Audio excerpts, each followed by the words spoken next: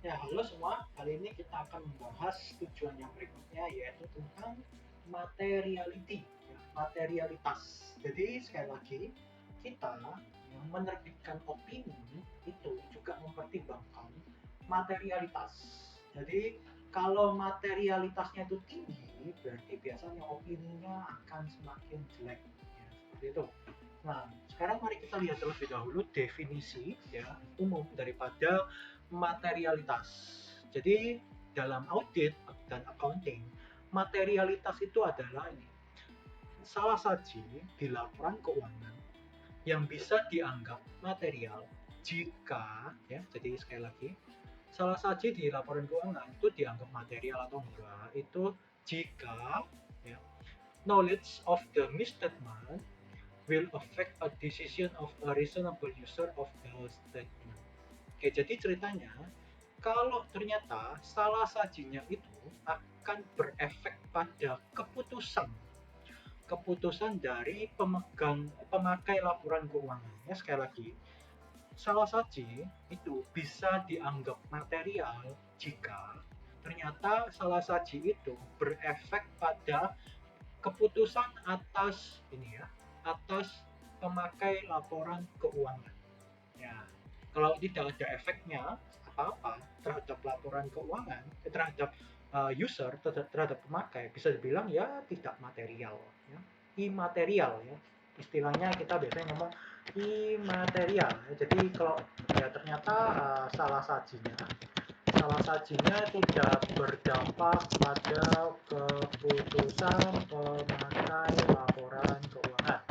Ya, dianggap tidak material kalau salah sajinya tidak berdampak pada keputusan pemakai laporan keuangan. Jadi, bisa dibilang ya material kalau salah sajinya berdampak pada keputusan pemakai laporan keuangan. Ya, semudah itu. Itu adalah definisi daripada material atau enggak.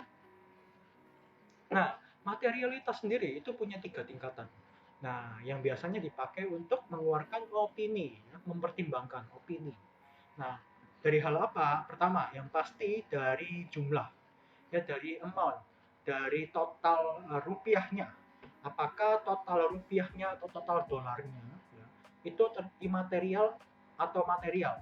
Nah, kalau ternyata jumlahnya tidak material ya berarti perusahaan itu laporan keuangannya masih bisa mendapatkan standar unmodified opinion ya.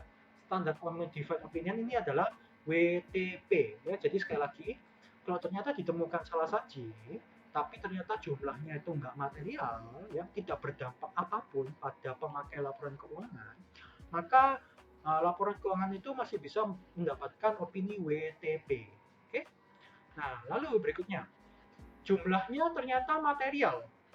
Ya, salah sajinya ternyata material. Namun ternyata tidak overshadow. Tidak overshadow ini maksudnya tidak terlalu berdampak ya atas laporan keuangan secara keseluruhan. Jadi ya jumlahnya material, tapi kalau dipikir-pikir jumlah yang material ini tidak terlalu berdampak pada laporan keuangan secara keseluruhan. Nah, kalau kayak gini, dia akan mendapatkan a qualified opinion. Ya, qualified opinion ini berarti opini wajar atau opini yang sudah dimodifikasi. Ya, yang poin ketiga, opini wajar. Ya, using except for ya, kecuali apa? Kecuali apa? Is appropriate. Lalu yang berikutnya, ya amount-nya, jumlahnya itu sangat material atau persuasif ini adalah menyeluruh ya menyeluruh ke semua overall fairness of the statement. Jadi menyeluruh kepada tingkat kewajaran dari seluruh laporan keuangan. Nah, jadi ini berdampak luas pada laporan keuangan salah sajinya. Nah, kalau sampai sudah seperti ini, biasanya ya opininya kalau nggak disclaimer, ya adverse, ya seperti itu. Nah, mari kita lihat selanjutnya. Jadi ini kalian bisa lihat ini adalah tabel hubungan antara material level ya sama dengan tipe opininya. Kalau materiality levelnya itu tidak material ya, jadi kalau tidak material berarti opininya bisa diterbitkan unmodified (WTP). Ya. Kalau ternyata materiality-nya itu ya material, ya.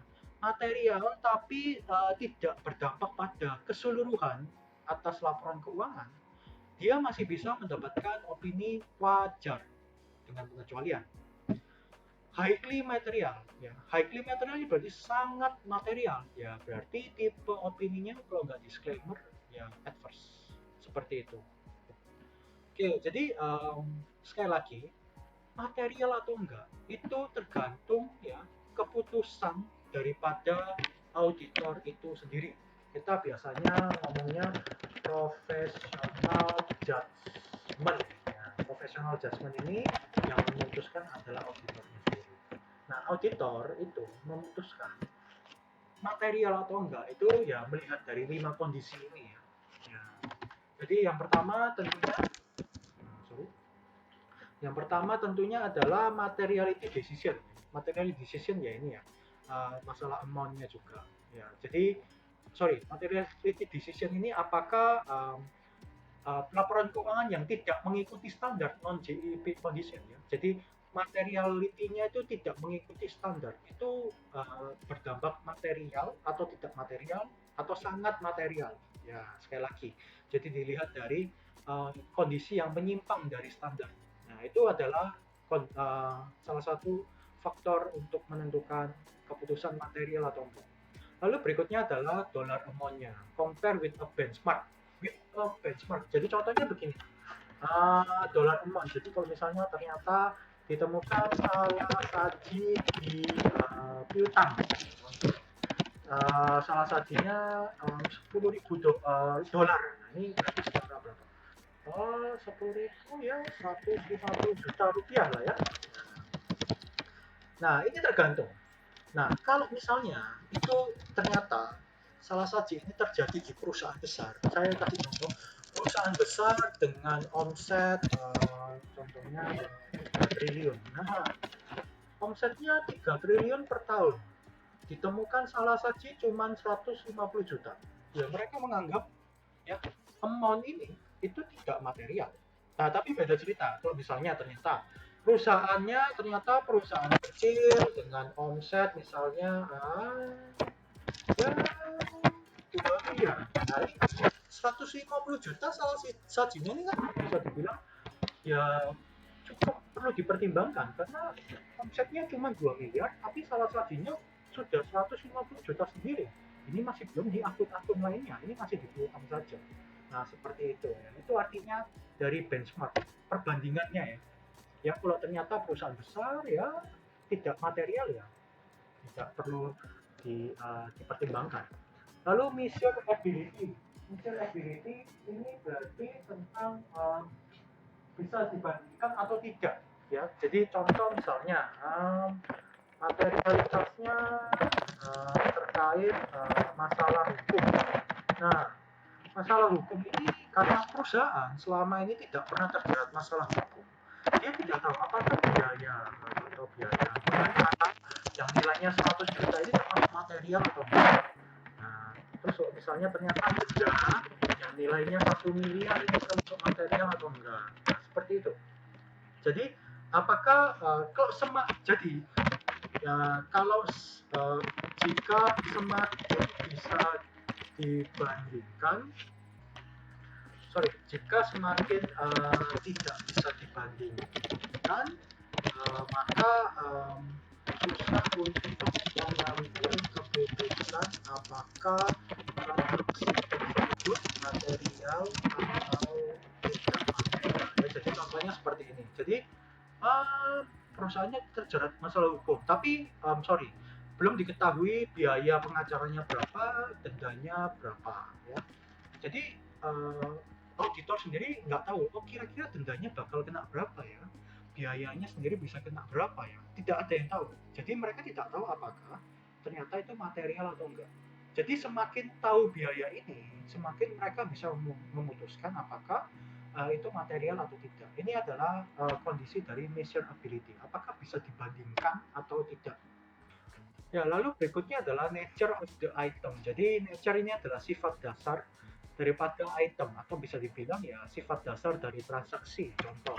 Jadi contoh misalnya begini, auditor ternyata menemukan adanya transaksi ilegal ya, daripada di laporan keuangan di laba dunia. Nah, perusahaan ini tidak tahu transaksi ilegal ini kira-kira itu berdampak besar atau kecil di perusahaan itu. Karena ada investor yang merasa, loh kok ini ilegal, ini berarti gak baik nih perusahaannya. Hal-hal ini bisa berdampak pada, yaitu sekali lagi ya, keputusan materiality dari auditor. Jadi hal-hal yang ambigu seperti ini bisa berdampak pada keputusan materialitas dari auditor. Contoh lain misalnya perusahaan gagal memenuhi kewajiban hutang bank, ya, sehingga berdampak pada misalnya jaminan di bank. Nah, contohnya seperti ini. Ini bisa mempengaruhi keputusan materialitas daripada auditor. Jadi ternyata perusahaan gagal memenuhi kewajiban hutang bank. Jadi dia merasa, loh berarti ini konsekuensinya gimana ya pada masa yang akan datang. Apakah kira-kira ini adalah material atau tidak ya? Nah ini adalah contoh daripada nature of the item. Jadi harus dilihat sifat transaksinya itu bagaimana. Nah, apakah transaksi tersebut itu bisa berdampak material atau enggak? Nah itu ya, jadi keputusan materialitas dari auditor. Lalu yang terakhir ini adalah materiality decision berdasarkan scope limitation. Ya, jadi sekali lagi scope limitation itu ya bisa mendapatkan opini WTP, bisa mendapatkan opini wajar, bisa mendapatkan ya bahkan disclaimer, tergantung seberapa parah ruang lingkupnya dibatasi ya. Kalau ternyata ya nggak parah-parah banget lah, ya sudah masih bisa dapat unmodified opinion. Oh ternyata dibatasi tapi ya tidak berdampak pada keseluruhan laporan keuangan, ya berarti masih bisa dapat opini wajar. Sangat dibatasi berarti ya sudah, berarti disclaimer aja. Nah ini adalah faktor-faktor yang bisa merubah keputusan daripada auditor atas yang namanya materialitas. Ya jadi materialitas sampai di sini, kita akan lanjut ke topik berikutnya.